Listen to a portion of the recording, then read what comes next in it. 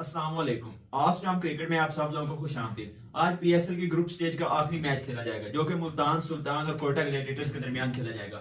ये मैच दोनों टीमों के लिए बहुत ज्यादा अहमियत का हामिल है क्योंकि जो टीम जीतेगी वो टॉप टू में आ जाएगी और जो हारेगी वो एलिमिनेटर्स खेलेगी, यानी कि उसके पास प्लेऑफ में कोई चांस नहीं होगा। इसलिए दोनों टीम्स अपनी भरपूर ताकत के साथ ये मैच खेलने जाएंगी और मैच जीतने की कोशिश करेंगे। अगर हम बात करें मुल्तान सुल्तान की तो वहां पे है उस्मान खान जिन्होंने 4 मैचेस में 316 रन स्कोर किए हैं, जिनमें 2 सेंचुरियां और एक 96 स्कोर शामिल है। उस्मान खान ने बता भी दिया प्रेस में कि वो पाकिस्तान की जानिब से नहीं खेलना चाहते, लेकिन फिर भी पाकिस्तानी जर्नलिस्ट पता नहीं कैसे थके हुए जर्नलिस्ट हैं जो बार बार उनसे ये क्वेश्चन करते हैं कि आप पाकिस्तान की जानिब से खेलेंगे या नहीं। इसी पे बात करेंगे। ज़ैन, आप कैसे देखते हैं? देखिए बिल्कुल ये एक घटिया हरकत है। मेरे ख्याल में प्लेयर भी इससे उकता जाते हैं। अभी तक कुछ लोग उस्मान ख्वाजा को भी एक्सेप्ट नहीं कर पा रहे कि वो पाकिस्तानी नहीं है, वो भाई ऑस्ट्रेलियन है। ठीक है, और जो यहाँ से जाता है ना वो वापस आने के लिए नहीं जाता कि वो वापस आके यहाँ पे खेलेगा दोबारा। ठीक है, और अगर उन्होंने एक दफा होता है, 2 दफा आपको बता दिया कि भाई मैंने यूएई से ही खेलना है, तो फिर आप क्यों उनको बार बार पूछ के तंग कर रहे हैं? भाई अगर वो यूएई से ही खेलना चाह रहे हैं तो आप क्यों उनको तंग कर रहे हैं?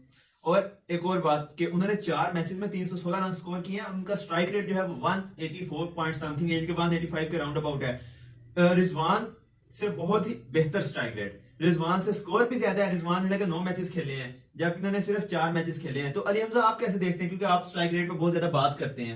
देखें, आप जितने मर्जी टूर्नामेंट्स देख लें, जो भी आज तक रिजवान ने खेले हैं, जिस टूर्नामेंट के अंदर रिजवान आए हैं टॉप 10 स्कोरर्स में, उस टूर्नामेंट के अंदर आप टॉप 10 बैट्समैन निकाल लें, रिजवान का स्ट्राइक रेट सबसे कम होगा।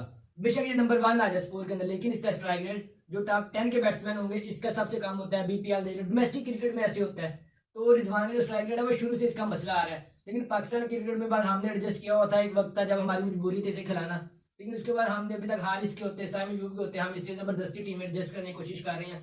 लास्ट मैच ही देख लें जो ये न्यूजीलैंड में खेल के आए थे, जिसमें इन्होंने 90 रन किए थे, वो भी 60 बॉल पे ये 90 रन करके आए थे। तो इनका स्ट्राइक रेट का मसला तो शुरू से ही चल रहा है, लेकिन क्या पता इस 1-2 मैच में पाकिस्तानी विकेट्स हैं, कोई कोशिश करेंगे कि आज मैच में ये भी अपना स्ट्राइक रेट ऊपर ले जाए और फिर ये भी शायद ऐसे ये वाला इशारा कर रहे हैं साहब की तरफ और रिजवान भी सबका मुंह बंद।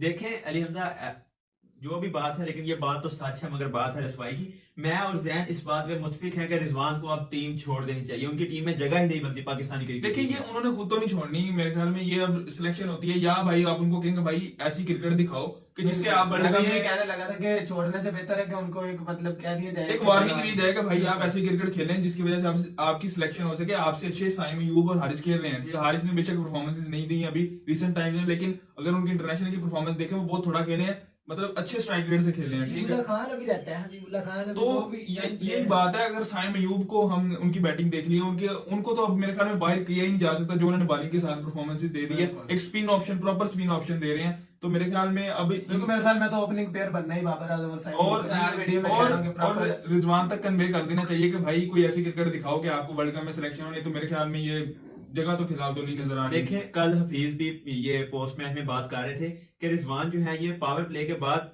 इनसे बड़ी हिट नहीं होती और ना ये स्ट्राइक रोटेट कर सकते हैं, क्योंकि इनका हम सब जानते हैं कि इनका जो है ना आर्क वो एक ही है, लेग साइड वाला।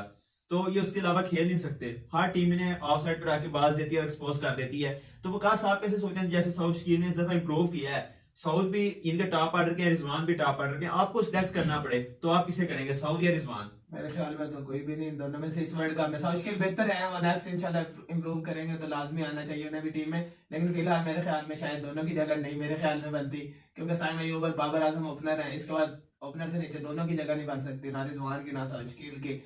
और बाबर आजम का थोड़े से मायूस भी दिखाई दिए। बाबर आजम का जब क्वेश्चन पूछा था बाद में प्रेस कॉन्फ्रेंस में, तो बाबर आजम ने बताया कि मैं खेलना नहीं चाहता तीसरे पे, पर लेकिन मुल्क के लिए मैं खेल सकता हूँ, जिधर भी खिला दे मुझे। देखिए बिल्कुल सही बात है। मैं तो खुद इस चीज से एग्री नहीं करता कि बाबर को 3 पे खेलना चाहिए। बाबर को ऊपर ही खेलना चाहिए और वो बेशक एंड तक खेले, कोई मसला नहीं है, लेकिन जो साथ वाले हैं वो तेज खेलने वाले होने चाहिए, जैसे कि साइम है, हारिस है। और बाबर मेरे ख्याल में वन डाउन में वाकई कंफर्टेबल नहीं होंगे, क्योंकि फील्ड खुल चुका होता है और वो जो बाउंड्रीज शुरू में लगाते हैं पावर प्ले में, वो उस तरह से बाद में नहीं लगा पाएंगे। स्टार्ट में बाउंड्रीज का गैप ढूंढना, मतलब उनको आ जाना जिस दिन, उस दिन फिर वो लास्ट तक ही फिर बाउंड्रीज लगाते हैं, पूरा स्कोर ही उनका बाउंड्री। न्यूजीलैंड में जो थी वो सिचुएशन थोड़ी डिफरेंट थी, पेसी पिचेस थी, तो वहां पे वो उनको गैप भी मिल रहे थे, वो छक्के भी लगा रहे थे, बाउंड्री भी थोड़ी छोटी थी। तो मेरे ख्याल में अब दूसरे जब वेस्ट इंडीज जाएंगे या इंग्लैंड जो है यूएसए जाएंगे वर्ल्ड कप खेलने, तो वहां पे पता नहीं कैसी पिचेस होंगी, स्लो पिचेस हुई, तो मेरे ख्याल में मिडिल ऑर्डर में इनके खेलना मुश्किल हो जाएगा। बाबर को मेरे ख्याल में दूसरे एंड से बाबर आजम को सपोर्ट मिलती है ना, जब साइम अयूब तेज होते हैं तो बाबर आजम बहुत जबरदस्त तरीके से खेलना शुरू कर देते हैं, हर तरफ गैप में खेलते हैं, जबरदस्त बैटिंग करते हैं। और दूसरा जो है कि नाज़रीन, आज उसामा मीर और इब्रार अहमद आमने सामने होंगे। स्पिनर्स की बात करें तो उसामा मीर जो है उन्होंने 9 मैचेस में 18 विकेट्स लिए हैं और इब्रार ने 8 मैचेस में 14 विकेट्स लिए। इनके ये दोनों स्पिनर्स की बात करें तो टॉप के 2 स्पिनर्स हैं इस PSL के, तो इन दोनों का भी आमना सामना होगा, तो यहाँ पे भी एक अच्छा मैचअप हो सकता है, क्योंकि अगर कराची की कल जैसे विकेट रही फिर तो बहुत ही ज्यादा मैटर करती है इन दोनों की जो है बॉलिंग अपनी अपनी टीम्स के लिए। तो आप इस चीज को कैसा देखते हैं कि उसामा मीर इनके ओवरकम कर देंगे इब्रार जो है वो उसामा मीर से अच्छी बॉलिंग देखिए करेंगे? दोनों ही बेहतरीन बॉलिंग कर रहे हैं, पर मेरे ख्याल में उसामा मीर जो है लेग स्पिनर है, तो मेरे ख्याल में वो यहाँ पे ज्यादा सुटेबल होंगे क्योंकि बॉल स्पिन हो रहा है। अगर दूसरी जहाँ पे पिचेस पे हेल्प नहीं मिलती वहां पे शायद इब्रार हेल्पफुल होते हैं क्योंकि वो मिस्ट्री स्पिनर है, वो वेरिएशन इस्तेमाल करते हैं, तो मेरे ख्याल में यहाँ पे उसामा ज्यादा हेल्पफुल होंगे। और अगर मेरे ख्याल में जैसी पिच हमने कल कराची की देखी, अगर वैसे ही पिच हुई तो मेरे ख्याल में आपको खुशदिल भी 4 ओवर करते नजर आएंगे, इफ्तिखार अहमद भी 4 ओवर करते नजर आएंगे। मेरे ख्याल में जिस तरह जितने स्पिनर फिर इनके पास है मुल्तान के पास, मेरे ख्याल में फिर कोयटा बेशक कोयटा के पास भी अच्छे स्पिनर है, पर फिर कोयटा के लिए मेरे ख्याल में जीतना मुझे तो मुश्किल हो लगता है कि जाएगा। ऐसी पिच नहीं होगी बिल्कुल भी, क्योंकि उन्होंने कल बता रहे थे कि पिच को दोबारा पानी दिया और रोल वगैरह किया, उसके बाद मॉइस्चर रह गया था पिच में, जिस वजह से कल पिच ऐसी बिहेव कर रही थी। मेरे ख्याल में आज वो पिच को सेट कर लेंगे। और एक और बात कि रदरफोर्ड जो है वो कोयटा की टीम छोड़ के वापस गए हुए थे, मैं उम्मीद करता हूँ कि वो वापस आ गए होंगे क्योंकि कोयटा के लिए ये मैच बहुत ज्यादा इंपॉर्टेंट है और प्ले ऑफ से पहले अगर वो वापस आ जाए तो बहुत ही बेहतर है, क्योंकि उनके पास मिडिल ऑर्डर जो है वो परफॉर्म नहीं कर रहा। रदरफोर्ड की इनिंग है एक आधी, वरना बिल्कुल ही मिडिल ऑर्डर उनका फ्लॉप है। और डिपेंड तो कोयटा की टीम अपने ओपनर्स पे कर रही है शुरू PSL से, रॉय और उससे साउथ स्टील पे। और मुल्तान की टीम जो है अगर रिजवान ज्यादा देर खेल गए तो ये मुल्तान के लिए मुश्किलात बढ़ा सकते हैं, तो क्योंकि वो कोयटा देखिए वाकई ये बहुत मतलब रदरफोर्ड की आपने बात की तो अवेलेबल तो होना चाहिए क्योंकि ये बहुत इंपॉर्टेंट मैच है।